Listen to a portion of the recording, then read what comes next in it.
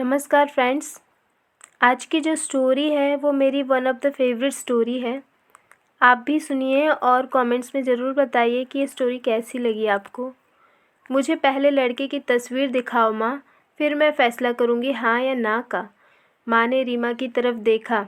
अच्छा, हम तुम्हारे लिए क्या कोई अच्छा लड़का नहीं देखेंगे? रीमा गुस्से में बोली, माँ बस मुझे लड़का देखना है, मुझे उसकी तस्वीर मंगवा ले या लड़के को ही बुला लो। माँ ने डांटा, पागल है, शर्म नहीं आती? चल दफ़ा हो जा अपने कमरे में। बाबा भी आ गए। क्यों डांट रही हो मेरी बच्ची को? रीमा बाबा के पास गई और जाकर कहने लगी, बाबा मुझे लड़का देखना है। बाबा ने मुस्कुराकर कहा, हाँ बेटी, तुम्हारी मर्जी से ही शादी करेंगे। कल मैं उसकी तस्वीर मंगवा लूँगा। लड़के का अपना होटल है, पढ़ा लिखा है, प्यारा है। लेकिन रीमा को तो लड़का देखना था। लड़का तो प्यारा है। रीमा ने हाँ कर दी। 10 दिनों में ही रीमा की शादी हो गई। रीमा का हमसफ़र रोहन से अरेंज मैरिज था। ना कभी मुलाकात हुई, ना कभी कोई बात, कभी एक दूसरे को मिले भी नहीं। ये ऐसा पवित्र रिश्ता होता है जो दो अजनबी एक जान हो जाते हैं, जो कभी ज़िंदगी में मिले भी ना हो। वो पल भर के लिए एक दूसरे की जान बन जाते हैं। पहली रात भी रोहन कमरे में आया। हाथ में आइसक्रीम पकड़ी हुई थी। रीमा नज़रें झुकाए बैठी थी। आइसक्रीम तो रीमा की फेवरेट थी। रोहन को नमस्ते की। रोहन पास बैठ गया। रोहन थोड़ा शर्माता भी था। आइसक्रीम खाते हुए बोला, जितने पैसे शादी में खर्च किए, काश इतने कि मैं आइसक्रीम खा लेता। रीमा का घूंघट उठाकर बोला, आप भी खाएंगी? पहले तो रीमा ने शर्माते हुए मना कर दिया। फिर रोहन ने प्यार से कहा, खा लो, प्यार बढ़ेगा। रीमा को आइसक्रीम दी और खुद भी खाने लगा। रीमा सारी आइसक्रीम खा गई। रोहन ने जब पूछा, आइसक्रीम पूरी खत्म कर दी? रीमा मुस्कुराने लगी, वो तो मैं खा गई। रोहन भी मुस्कुराने लगा। बहुत कंजूस हो आप, पहले कहती नहीं खाना है और अब देखो सारी की सारी आइसक्रीम खा गई। यह आइसक्रीम 50-50 की थी। रीमा रोहन को पहली रात इतना तो समझ गई थी कि रोहन दिल का बहुत अच्छा है। रात भर मोहब्बत भरी बातें होती रही। जिंदगी अपनी असल मंजिल की तरफ मुड़ गई थी। वक्त गुजरने लगा। रीमा के भाई की शादी थी। रीमा 4 महीने की प्रेग्नेंट भी थी। रीमा ने रोहित से कहा, मुझे भाई की शादी में जाना है। रोहन ने रीमा के पास बैठकर बोला, रीमा डॉक्टर ने आपको लंबी यात्रा करने से मना किया है, इसलिए मैं आप कोई रिस्क नहीं ले सकता। मैं नहीं चाहता, मैं इजाज़त नहीं दे सकता शादी में जाने की। रीमा को बहुत गुस्सा आया। रोहन, पागल हो गए हो क्या? मेरे भाई की शादी है और आप कह रहे हैं कि नहीं जाना? आप मुझे कार में बैठाकर आराम से छोड़कर आ जाएं। बस रोहन ने रीमा का हाथ पकड़ा। मोहब्बत से फिर समझाने लगा, रीमा क्यों बेकार की जिद करती हो? डॉक्टर ने यात्रा करने से मना किया है तो मैं नहीं जाने दे सकता तुमको। तुम लापरवाह हो जाती हो और मैं किसी और के भरोसे तुम्हें नहीं छोड़ सकता। इतना कहकर रोहन कमरे से बाहर चला गया। रीमा रोने लगी। रीमा ने अपनी माँ को फ़ोन कर दिया। रोहन मना कर रहा है शादी में आने के लिए माँ। माँ ने समझाया, बेटा अगर वो कह रहा है तो मत आओ। लेकिन रीमा की भाभी और भाई जिद करने लगे। क्यों नहीं आने दे रहा रोहन हमारी बहन को? रात को ही रीमा का बहन उसके घर पर चला गया। रोहन भी घर पर ही था। कहने लगा कि मेहंदी की रस्म है तो रीमा को चलना ही पड़ेगा। रोहन ने रीमा की तरफ देखा। रीमा, मैंने क्या कहा था? रीमा ने नज़रें झुका ली, कमरे में चली गई। रोहन को गुस्सा तो बहुत आया, लेकिन सब्र कर लिया। 1000 रुपये जेब से निकाले, रीमा को दिए। ये लो, कुछ पैसे रख लो, बाकी और चाहिए तो ले लेना, मैं आऊँगा कल। रीमा बहुत खुश थी। रोहन ने अपने सीने से रीमा को लगा लिया और कहा कि अपना ख्याल रखना। रीमा फिर शादी में चली गई। मेहंदी की रात रीमा की बुआ की लड़की भी आई हुई थी। डांस भी किया, काफ़ी एंजॉय किया। बारात वाले दिन जब भाई की बारात लड़की वालों के घर पहुंची तो बारिश हो रही थी। गली में काफ़ी कीचड़ था। रीमा का पाँव फिसल गया और वो गिर गई। गिरते ही उसके पेट में दर्द होने लगा। रीमा ज़ोर ज़ोर से रोने लगी। जल्दी से रीमा को अस्पताल ले गए। रीमा दर्द से चिल्ला रही थी। रोहन को कॉल किया, रीमा के बारे में सारी बातें बताई। रोहन घबरा गया। वो जल्दी से अस्पताल पहुंचा। डॉक्टर रीमा को इमरजेंसी वार्ड में ले गए थे। रोहन बहुत परेशान था। दिल की धड़कनें बेकाबू थी। जुबान पर ईश्वर का जाप था। बाकी सब लोग शादी में खुशियां में मग्न थे, लेकिन वहाँ रोहन परेशान खड़ा था। कुछ देर बाद डॉक्टर कमरे से बाहर आए। उन्होंने कहा सॉरी और बताया आपका बच्चा मर चुका है। रोहन बेजान सा होकर कुर्सी पर बैठ गया।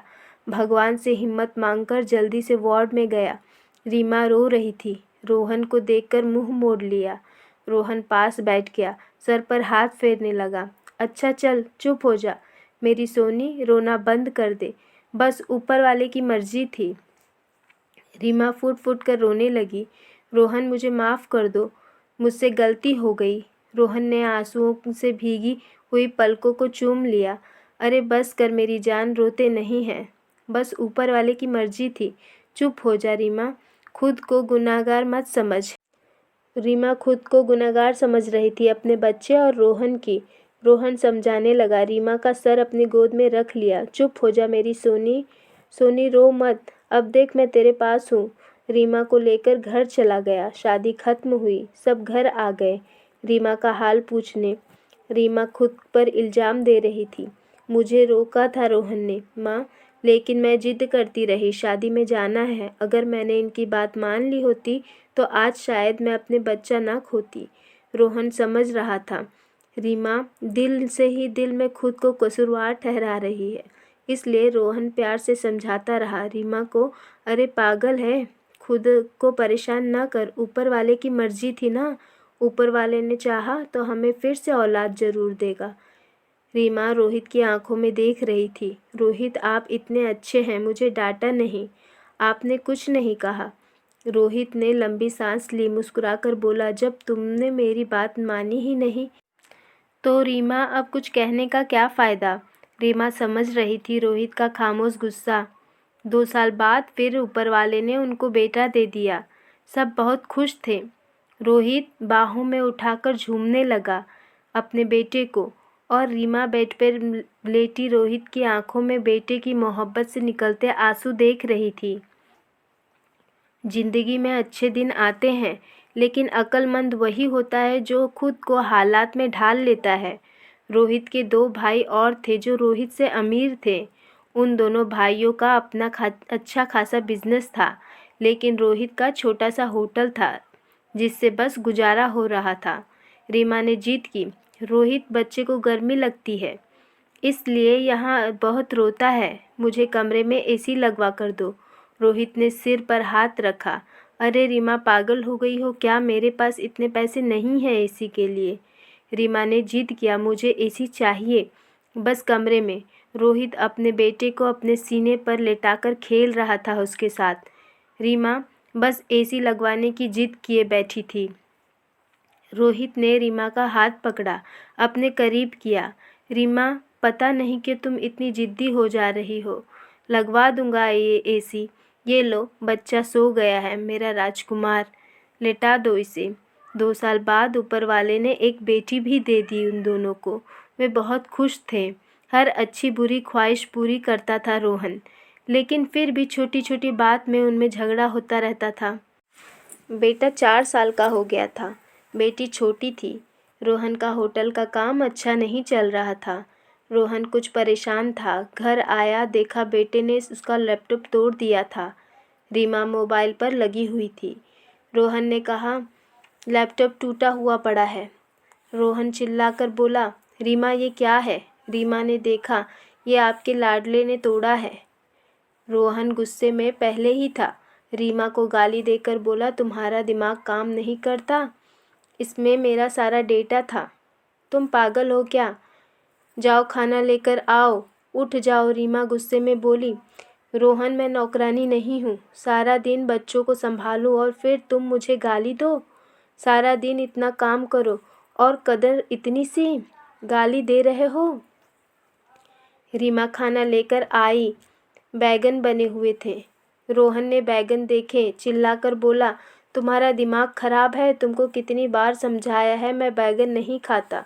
रोहन ने खाना उठाकर फेंक दिया, उठकर बाहर चला गया। इतने में बेटे ने कांच का गिलास तोड़ दिया जो हाथ पर लग गया। काफ़ी खून बहने लगा था। हाथ से रीमा ने बेटे को 1-2 थप्पड़ लगा दिए। बहुत तंग आ गई हूँ मैं तुम बाप बेटे से। बेटे को उठाकर कमरे में ले गई और रो रही थी, साथ ही गुस्से में बोल रही थी, 5 साल हो गए इस इंसान के साथ, बड़ी कदर ही नहीं। बेटे के जख्म पर मरहम लगाने लगी। इतने में बेटी भूख से रोने लगी। बेटी को गोद में उठाया। इस इंसान की ऐसी हरकतें रही तो गुजारिश मुश्किल हो जाएगा। रात भर रोहन गायब रहा। रीमा ने भी फ़ोन करके ना पूछा। रीमा ने अपनी माँ को बताया, रोहन आजकल का खर्चा ना दे रहा है, ना अच्छे से बात करता है और गालियाँ देता है। माँ ने कहा, अच्छा हम करते हैं उससे बात। रोहन को महसूस हुआ उसने अच्छा नहीं किया रीमा के साथ। आज घर जाकर रीमा को सॉरी करूँगा। घर आया, देखकर घर में रीमा के माँ बाप चाचा सब आकर बैठे हुए थे। रोहन ने रीमा की तरफ देखा। रीमा ने खामोश रही, नमस्ते किया। उसके बाद बात शुरू हो गई। माँ चिल्लाकर बोली, क्यों बेटा तुम खर्चा नहीं देते रीमा को, और क्यों गालियाँ देते हो? रोहन को बहुत गुस्सा आया। घर की बात हम दोनों तक सुलझा लेते। रोहन ने गुस्से में कहा, इसको सब कुछ देता हूँ, बस ये तमाशा लगाना चाहती है। रीमा भी गुस्से में थी, बोली, क्या देते हो? वो 10,000 देते हो जिसका दोनों बच्चों का दूध भी पूरा नहीं होता। एहसान करते हो मुझ पर, तुम्हारे बच्चे का खर्चा करती हूँ। बहस इतनी बढ़ गई कि सबके सामने रोहन ने रीमा को थप्पड़ मार दिया। रीमा की माँ को बर्दाश्त नहीं हुआ। वो अपनी बेटी को अपने साथ ले गई, दोनों बच्चों को भी साथ ले गई। रोहन ने भी ना रोका उन्हें। रीमा नाराज होकर चली गई। रीमा को थप्पड़ ज़्यादा ज़ोर से लगा था, निशान बन गया था चेहरे पर। माँ भी रोने लगी। ना जाने पहले भी कितना जुल्म करता होगा मेरी बेटी पर, कमीना इंसान। रोहन पहले से ही अपने होटल की वजह से परेशान था, काम ना होने की वजह से, और अब ये परेशानी बन गई। रीमा मायके में रह थी, रोहन यहाँ था, घर में परेशान था। हालात इतने ख़राब हो गए, रोहन को अपना होटल बेचना पड़ा। 2 महीने गुजर गए, दोनों में एक दूसरे से बात तक ना की। दोनों गुस्से में थे। रोहन कहता था, खुद गई है तो खुद वापस आए। रीमा की अकड़ थी, मनाने आएगा तो जाऊंगी। दिन गुजरते गए, 8 महीने गुजर गए, कोई बातचीत नहीं हुई। रोहन के एक दोस्त ने रोहन से कहा, विदेश जाना है तो बताओ, मेरे पास एक वीज़ा है। हालात काफ़ी बुरे थे। रोहन विदेश चला गया, नंबर बंद हो गया। 1 साल गुजर गया, दोनों ने कोई बात ना की एक दूसरे के साथ। रीमा भाई से खर्चा लेती, बच्चों को दूध या फिर दूसरी ज़रूरी सामान का। भाई कब तक दे सकते था खर्चा, उसके भी तो अपने बच्चे थे। कभी रीमा के बच्चे कोई नुकसान कर देते तो, कोई चीज़ तोड़ देते तो रीमा की भाभी हज़ारों बातें करती, ताने देती थी। रीमा चुपचाप सुन लेती थी। क्या करती, आखिर किसी को बता भी तो नहीं सकती थी। दीपावली का दिन था। रीमा ने भाई से कहा, पैसे दे दो, बच्चों को शॉपिंग करवानी है। भाभी पास से बोली, बहन साफ सी बात है, हमारे पास फालतू के पैसे नहीं हैं। उसी इंसान के साथ गुजारा नहीं हो रहा है तो तलाक लेकर किसी दूसरे के साथ शादी कर लो, जाओ यहाँ से।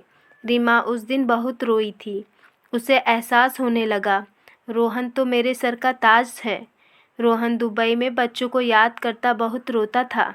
रीमा पागल, बात कुछ भी नहीं थी, और तुमने यह क्या कर दिया। उधर रीमा के भाई ने रीमा के लिए एक आदमी देखा जिसकी पत्नी की मृत्यु हो गई थी, 4 बच्चे थे। उसके भाई ने रीमा से कहा, बस रोहन से तलाक ले लो, इस आदमी से शादी कर लो और घर बसा लो अपना। रीमा की आंखें भीग गई थी आंसुओं से। जल्दी से मोबाइल निकाला, रोहन को फ़ोन लगाया, नंबर बंद आ रहा था। रीमा रोने लगी, मुझे रोहन के पास जाना है, मुझे कोई शादी नहीं करनी किसी से।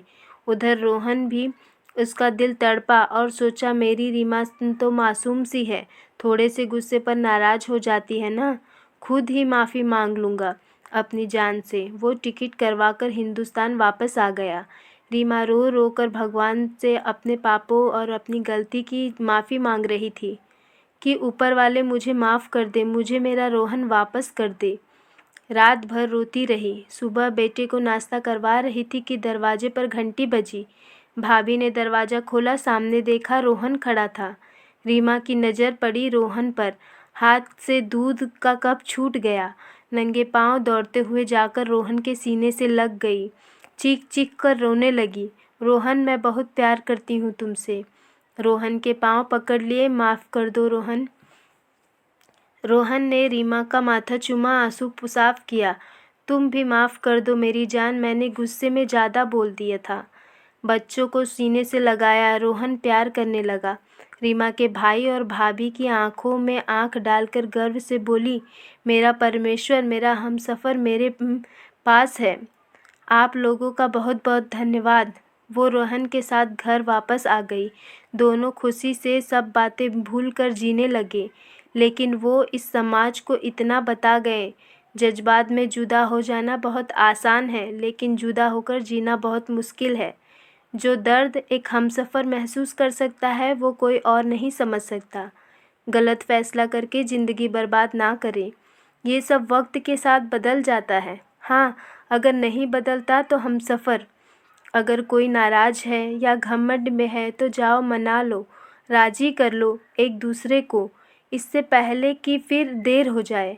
अगर मेरी कहानी किसी एक के भी दिल को में घर कर गई हो तो मेरा मकसद पूरा हो जाएगा।